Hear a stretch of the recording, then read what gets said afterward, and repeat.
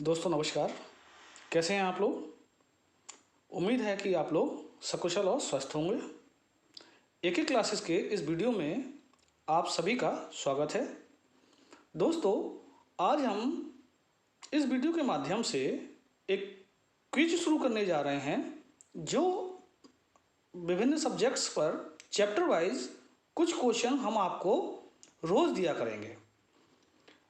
वो क्वेश्चन ऐसे होंगे दोस्तों जो आजकल उत्तर प्रदेश लोक सेवा आयोग द्वारा परीक्षा में पूछे जा रहे हैं। तो दोस्तों, आज से मैं शुरू करने जा रहा हूँ क्विज। और जो पहला सब्जेक्ट हमने उठाया है दोस्तों, वो उठाया है पॉलिटी। पॉलिटी का जो चैप्टर है संविधान निर्माण, उससे संबंधित क्वेश्चंस को आज हम यहाँ डिस्कस करेंगे और उन क्वेश्चंस के आंसर व उसकी व्याख्या भी इस वीडियो के माध्यम से आज हम यहाँ डिस्कस करेंगे। आज इस क्विज नंबर 1 में दोस्तों, आज हम पॉलिटी के संविधान निर्माण यानी कि मेकिंग ऑफ कॉन्स्टिट्यूशन से संबंधित प्रश्नों पर चर्चा करने जा रहे हैं, जिसका पहला प्रश्न है, संवैधानिक विकास हेतु कैबिनेट मिशन 1946 के संबंध में क्या सही है? पहला, इसके अंतर्गत संविधान सभा का गठन हुआ जिसकी कुल सदस्य संख्या 389 होनी थी। इसमें 296 सीटें ब्रिटिश भारत एवं 93 सीटें देशी रियासतों को आवंटित थीं। दूसरा, हर प्रांत व देशी रियासतों को उनकी जनसंख्या के अनुपात में सीटें आवंटित की जानी थीं। तीसरा, प्रत्येक ब्रिटिश प्रांत को आवंटित की गई सीटों का निर्धारण 3 प्रमुख समुदायों यथा मुस्लिम, सिख व सामान्य में कौन थे? मुस्लिम व सिख को छोड़कर के बीच उनकी जनसंख्या के अनुपात में किया जाना था। चौथा, प्रत्येक समुदाय के प्रतिनिधियों का चुनाव प्रांतीय असेंबली में सीधे जनता द्वारा किया जाना था। पांचवा, देशी रियासतों के प्रतिनिधियों का चयन रियासतों के प्रमुखों द्वारा किया जाना था। तो दोस्तों, इस प्रश्न में 5 बिंदु हैं और इसके विकल्प हैं ए 1, 2 व 4, बी 1, 2 व 3, सी 1, 2, 3 व 5, डी 1, 2, 3, 4 व 5। तो दोस्तों, इस प्रश्न को आप देख लें और इसका सही उत्तर सोचकर रख लें।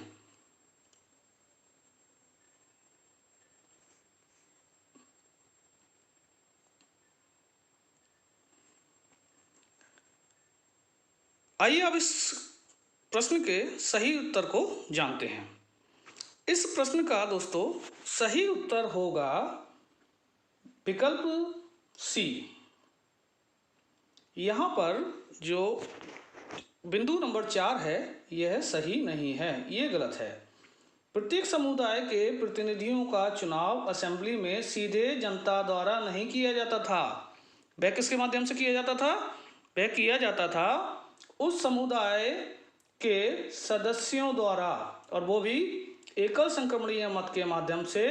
दोस्तों, यह है सही उत्तर प्रश्न नंबर 1 का। आइए अब डिस्कस करते हैं प्रश्न नंबर 2। ऐतिहासिक उद्देश्य प्रस्ताव पेश किया गया। पहला बिंदु है 13 दिसंबर 1946 को इसे पंडित नेहरू द्वारा पेश किया गया। 3 कहते हैं कि इस प्रस्ताव को 22 जनवरी 1946 को सर्वसम्मति के बाद स्वीकार कर लिया गया। चौथा कहता है कि इस प्रस्ताव के परिवर्तित रूप से ही संविधान की प्रस्तावना तैयार की गई।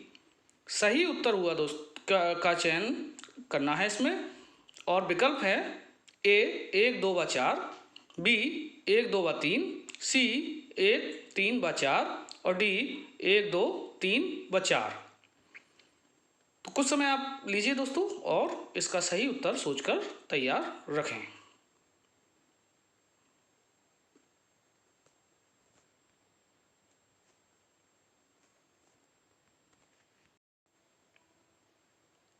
उम्मीद है आप लोगों ने सही उत्तर का चयन कर लिया होगा।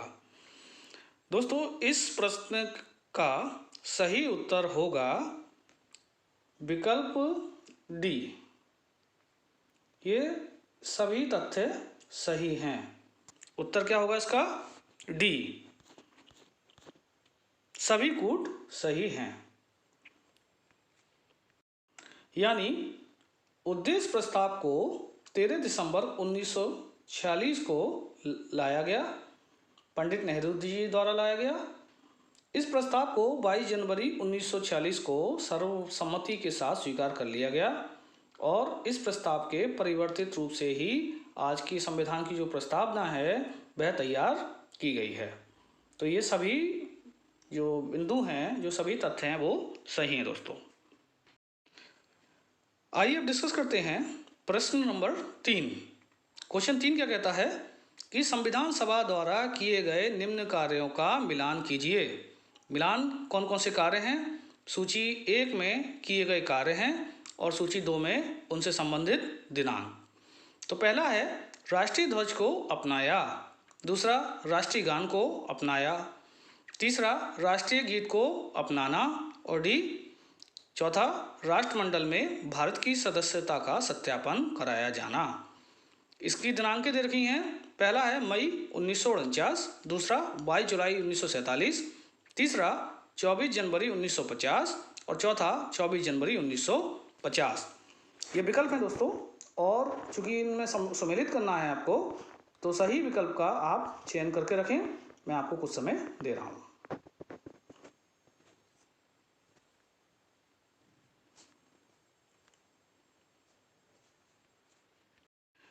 आप लोगों ने अपने विकल्प को चुन लिया होगा। आइए अब जानते हैं कि सही इसका उत्तर क्या है। सम्मिलित इसको करने का प्रयास करते हैं। राष्ट्रीय ध्वज को दोस्तों अपनाया गया कब? 22 जुलाई 1947 को। राष्ट्रगान को कब अपनाया गया? 24 जनवरी 1950 को। और राष्ट्रीय गीत को भी 24 जनवरी 1950 को अपनाया गया। और राष्ट्रमंडल में भारत की सदस्यता का सत्यापन कब कराया गया? यह मई 1949 में कराया गया। तो इस प्रकार दोस्तों सही विकल्प क्या होगा? सही विकल्प होगा दोस्तों सी। राष्ट्रीय ध्वज अपनाया गया 22 जुलाई 1947 को, राष्ट्रीय गान अपनाया गया 24 जनवरी 1950 को, राष्ट्रीय गीत अपनाया गया 24 जनवरी 1950 को। ये दोनों ही एक दिन में अपनाए गए हैं, एक ही तिथि पर अपनाए गए हैं। और राष्ट्रमंडल में भारत की सदस्यता का सत्यापन कराया गया मई 1949 में। तो इस प्रकार दोस्तों ये है इस प्रश्न का सही उत्तर। आइए अब डिस्कस करते हैं प्रश्न नंबर 4। निम्न में कौन सा उत्तर गलत है? दोस्तों आप जब भी क्वेश्चन अटेम्प्ट करें, यह विशेषता आप उस क्वेश्चन को पढ़कर सुनिश्चित हो लें कि उसमें क्या लिखा हुआ है, गलत है, सही है अथवा नहीं। इन सब पर आप विशेषता ध्यान दें, क्योंकि होता क्या है, गलत पढ़ने की वजह से आपका पूरा क्वेश्चन गलत हो जाता है। और जैसे कि आपको पता है प्रतियोगिता एक एक नंबर की है, कंपटीशन एक एक नंबर का है, और ऐसे में आपका एक प्रश्न भी गलत हो जाना बहुत घातक साबित होता है। तो इस प्रकार दोस्तों ये आप सुनिश्चित हो लें कि जो भी आप उत्तर अटेम्प्ट करने जा रहे हैं उसको भली भांति भली प्रकार से पढ़ लें। उसमें ये देख लें कि चयन क्या करना है, हमें गलत उत्तर का चयन करना है, गलत या सही का चयन करना है, उसमें है अथवा नहीं है। इस तरह से आप उसको पढ़कर जरूर देख लें और बहुत सावधानी पूर्वक आप उस उत्तर को अटेम्प्ट करें। तो यहाँ चौथा प्रश्न में कहा गया है कि निम्न में कौन सा उत्तर गलत है। यहाँ गलत की बात करनी है आपको। पहला विकल्प कहता है कि संविधान सभा की सभी समितियों में प्रारूप समिति सबसे महत्वपूर्ण थी। बी कहता है इसका गठन 19 अगस्त 1947 को किया गया। सी कहता है इस समिति को संविधान का प्रारूप तैयार करने की जिम्मेदारी सौंपी गई। और डी कहता है इस समिति में 15 सदस्य थे। तो दोस्तों आप लोग देख लीजिए इसमें कौन सा विकल्प गलत है और सही उत्तर को सोचकर तैयार रखें।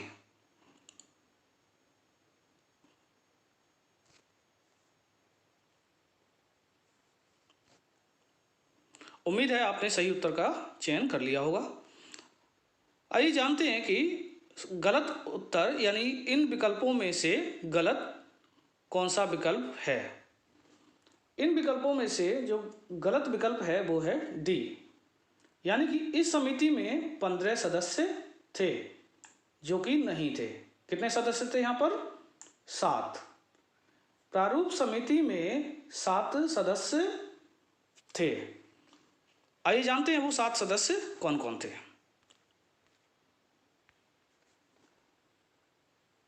इस समिति में जो अध्यक्ष थे वो डॉक्टर बी.आर. अम्बेडकर थे।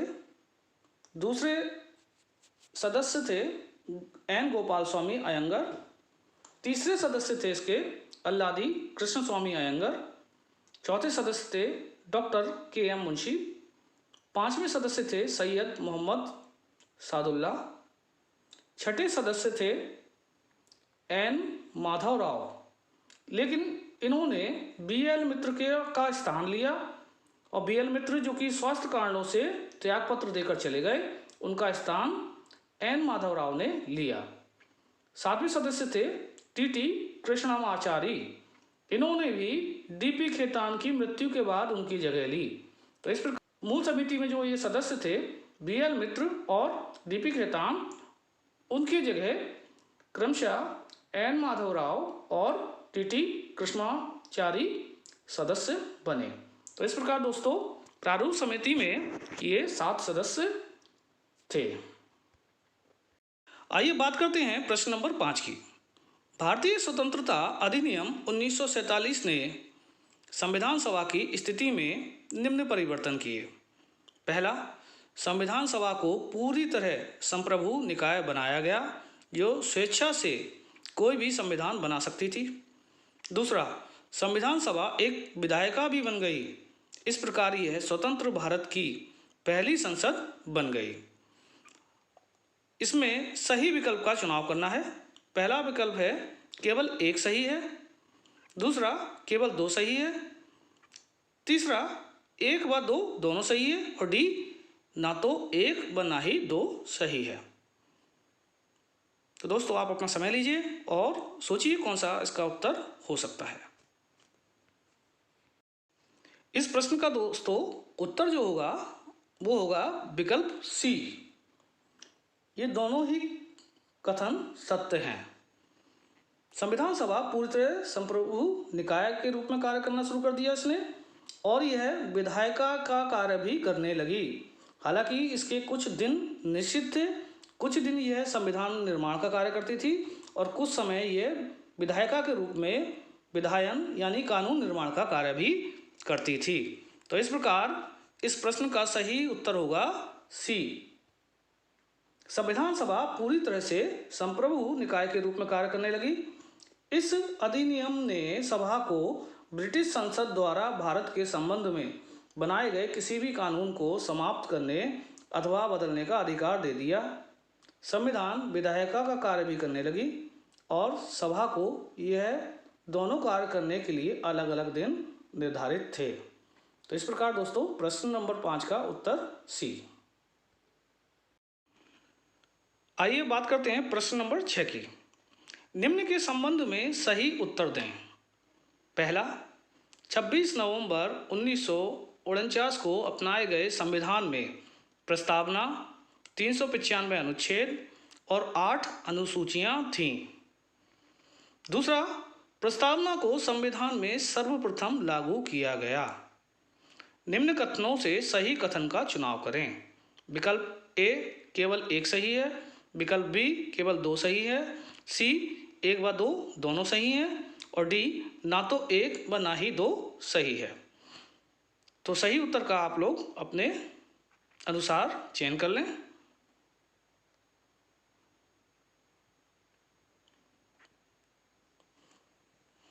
प्रश्न नंबर 6 का दोस्तों उत्तर होगा केवल 1 सही है।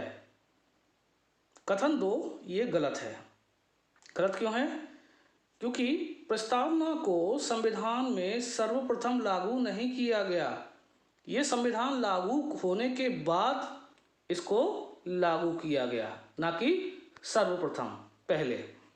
तो इस प्रकार इसका सही उत्तर होगा दोस्तों उत्तर ए, विकल्प ए। प्रस्तावना को पूरे संविधान को लागू करने के बाद ही लागू किया गया।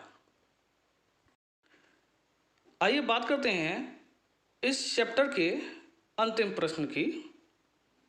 प्रश्न 7 कहता है निम्न समितियों व उनके अध्यक्षों के संबंध में सूची 1 व सूची 2 को सम्मिलित कीजिए। यहाँ सूची 1 में समितियों का नाम है और सूची 2 में उनके अध्यक्षों का नाम है। हमें इसको सम्मिलित करना है। तो पहली सूची में पहली समिति है संघ शक्ति समिति, दूसरी प्रांतीय संविधान समिति, तीसरी संचालन समिति, चौथी प्रारूप समिति। और अध्यक्ष हैं इनके डॉक्टर बी.आर. अम्बेडकर, दूसरे नंबर पर जवाहरलाल नेहरू, तीसरे सरदार पटेल और चौथे डॉक्टर राजेंद्र प्रसाद जी। तो दोस्तों यहाँ आप लोग सम्मिलित कर लें और सही उत्तर का चयन कर अपने पास रख लें।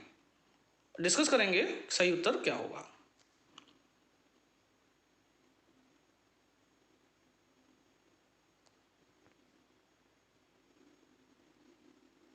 उम्मीद है आप लोगों ने मिलान कर लिया होगा, सुमेलन कर लिया होगा। तो आइए बात करते हैं संघ शक्ति समिति। इसके अध्यक्ष थे जवाहरलाल नेहरू। प्रांतीय संविधान समिति के जो अध्यक्ष थे वो थे सरदार पटेल। संचालन समिति की अध्यक्षता करते थे डॉक्टर राजेंद्र प्रसाद जी और प्रारूप समिति की अध्यक्षता की डॉक्टर बी.आर. अम्बेडकर जी ने। तो सही विकल्प क्या होगा दोस्तों? इसका सही विकल्प होगा दोस्तों डी। इसका उत्तर होगा डी। संघ शक्ति समिति जवाहरलाल नेहरू, प्रांतीय संविधान समिति सरदार पटेल, संचालन समिति डॉक्टर राजेंद्र प्रसाद, प्रारूप समिति डॉक्टर बी.आर. अम्बेडकर। तो इस प्रकार दोस्तों इस चैप्टर से संबंधित जो भी प्रश्न बन सकते थे वो मैंने आपके सामने प्रस्तुत किए। दोस्तों अगर क्विज आपको अच्छी लगी हो तो कृपया इसको लाइक कर दें।